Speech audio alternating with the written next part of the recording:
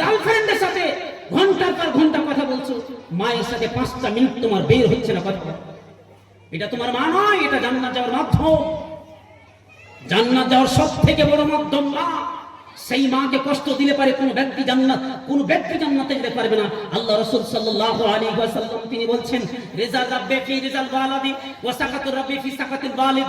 আল্লাহ রাসূল সাল্লাল্লাহু আলাইহি ওয়াসাল্লাম তিনি বলছেন, মা বাবার সন্তুষ্টিতে আল্লাহ তাআলার সন্তুষ্টি, মা বাবার অসন্তুষ্টিতে আল্লাহ তাআলার অসন্তুষ্টি।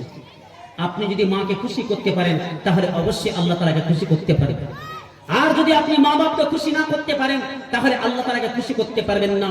মা আপনার কথাতে অসন্তুষ্ট হয়ে গেছে, মা রাগ করে বসে আছে, আপনি মসজিদে এসেছেন, আপনি দোয়া করে চলে যাচ্ছেন, ঘন্টার পর ঘন্টা আপনি তাহাজ্জুদে নামাজ পড়ছেন, আপনার নামাজ কবুল হবে না, আল্লাহ তাআলা আপনার উপরে নারাজ হয়ে গেছে। আগে মা বাপকে খুশি করে এসো, তারপরে তুমি আল্লাহকে সন্তুষ্ট করবে। এইভাবে কত ছেলে জান্নাত খারাপ হয়ে যাচ্ছে। জান্নাত যদি যেতে চাও তাহলে পরে মা বাবার সেবা করো। এই নারী কিছুক্ষণের জন্য তোমার কাছে প্রিয় হতে পারে, কিন্তু তোমার মা বাপ তোমার মরা পর্যন্ত তোমাকে সাথ দিবে। সম্মানিত দিনী ভাই, উম্মতের মধ্যে দুটি ভয়ঙ্কর ফিতনা আছে, একটা হচ্ছে ধন সম্পদ, একটা হচ্ছে নারী। আজকে দেখুন, যদি কোন রকম সমাজে ফিতনা তৈরি হয়েছে একটাই কারণে, টাকা পয়সা আছে, ওর টাকা পয়সা আছে, ওর কথা আমি শুনবো না, এর টাকা পয়সা আছে, ওর কথা শুনবো না, এইভাবে সমাজের মধ্যে দাঙ্গা ফাসাদ লেগে থাকে। আজকালকে দেখুন, নারীরা বেপর্দা চলার কারণে আজকে ফিতনার দরজা খুলে গিয়েছে।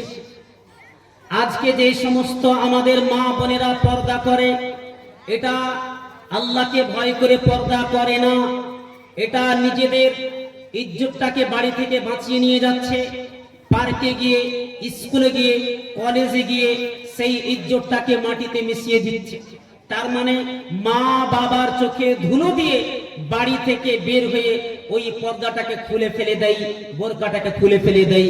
তার মানে নিজের স্বার্থের জন্য এখন বোরকা ব্যবহার করছে বেশিরভাগই নারী। রাসূলুল্লাহ সাল্লাল্লাহু আলাইহি ওয়াসাল্লাম তিনি বলছেন, আমার উম্মতের মাঝে আমি যেই ফিতনা থেকে ভয় করছি বা ছেড়ে গেলাম, সেটা হচ্ছে নারীদের ফিতনা। এই ফিতনাতে বেশিরভাগই মানুষ আমরা জড়িয়ে গিয়েছি। আজকে আলেম ওলামা, আজকে সাধারণ মানুষ, মাস্টার, ছাত্র, হাজি, গাজী, পৃথিবীতে যত রকমের মানুষ আছে, একটা ফিতনাতে সবাই পাগল হয়ে গেছে, আসক্ত হয়ে গেছে, নারীদের ফিতনা। এই ফিতনা যদি কোনো মানুষের সাথে শারীরিক ভাবে না করলেও মোবাইলের মাধ্যমে আজকে ফিতনা নারীদের উলঙ্গ ছবি দেখে নিজেদের ঈমানটাকে ধ্বংস করছে। ওই জন্য একটা কবিতাতে বলা হয়েছে, ফিতনায়ে ইশক মে মুবতলা হো গয়ে, अजनबी रास्तों में फना हो गए, जानते हैं सभी पर न माने कोई, इस मोबाइल से हम बेहया हो गए। तार माने आज के गोटा पृथ्वीते শুধু বাণীপুর নয়, পশ্চিম বাংলা নয়, ভারতবর্ষ নয়, বিভিন্ন জায়গাতে, সব জায়গাতে শুধু নারীদেরকে ব্যবহার করা হচ্ছে। ছোট ছোট রিলস, নারীদের নাভি দেখা যায়, ছোট ছোট রিলসে নারীদের পুরো দেহ দেখা যায়। আর ওই সমস্ত জিনিসগুলো আজকে এত ভাইরাল হচ্ছে, এত ভিউ হচ্ছে ইসলামী বক্তব্যগুলোর শরীর। সম্মানিত দিনী ভাই, এই হচ্ছে নারীদের খুব ভয়ঙ্কর ফিতনা। রাসূলুল্লাহ সাল্লাল্লাহু আলাইহি ওয়াসাল্লাম তিনি বলছেন, আতু ফিন নারি ফারাইতু আকতারা আহলিহান নিসা, যখন আমি আমার দৃষ্টিকে জাহান্নামের দিকে তাকালাম, দৃষ্টিপাত করলাম, বেশিরভাগই নারীরা শুধু জাহান্নামে ঢুকে চলে যাচ্ছে। ওয়া ইত্তালাতু ফিল জান্নাতি ফারাইতু আকতারা আহলিহাল ফুকারা, আর যখন আমি আমার দৃষ্টিকে জান্নাতের দিকে দৃষ্টিপাত করলাম, বেশিরভাগই অসহায়, দরিদ্র, মিসকিন, ফকির লোকগুলো জান্নাতে প্রবেশ করছে। কেন নারীদের মধ্যে বেশিরভাগ জাহান্নামে যাচ্ছে? তার মধ্যে কয়েকটি কারণ হতে পারে। স্বামীদেরকে অমান্য করার কারণে, বেপর্দা চলার কারণে।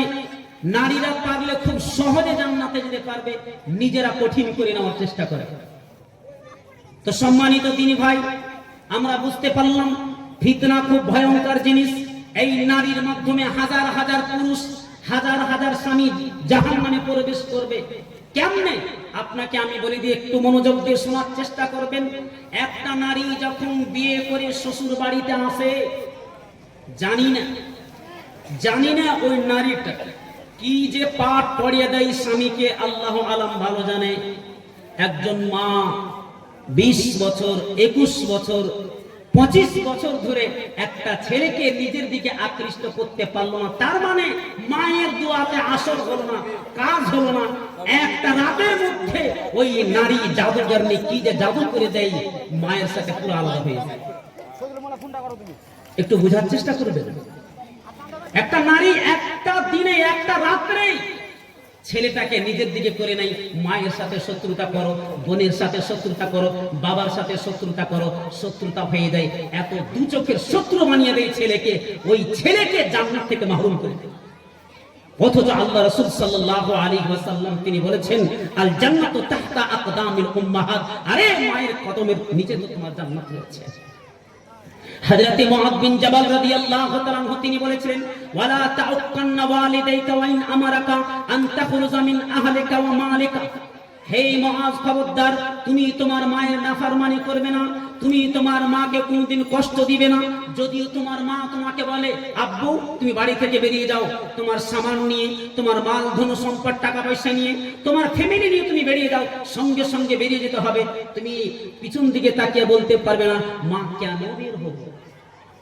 আল্লাহ রাসূল বলছেন, তোমার মা যদি তোমাকে আদেশ করেছে, ওয়ালা তাউক্কান্না ওয়ালিদাইকা ওয়া ইন আমারাকা আন তাখরুজা মিন আহলিকা মালিকা, খবরদার তোমার মায়ের কথাকে তুমি তোমার মায়ের কথাকে অমান্য করিও না, মাকে কষ্ট দিও না। যদি তোমার মা বলে বেটা বেরিয়ে যাও, সঙ্গে সঙ্গে বেরিয়ে যেতে হবে।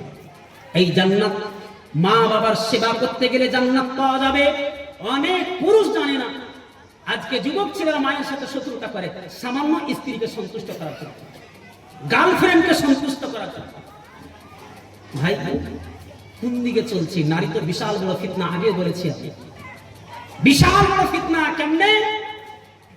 ফোন লাগিয়েছে মা, হ্যালো বেটা ভালো আছো? মা টাওয়ার পাওয়া যাচ্ছে না, একটু পরে করছি। বেটা এতদিন পরে ফোন করলাম, দু একটা কথা বল, খাওয়া দাওয়া করেছিস? হ্যাঁ মা রাখেন তো, এখন রেখে দিল। কিছুক্ষণ পরে প্রেমিকার ফোন ঢুকছে, কিছুক্ষণ পরে গার্লফ্রেন্ডের ফোন ঢুকছে।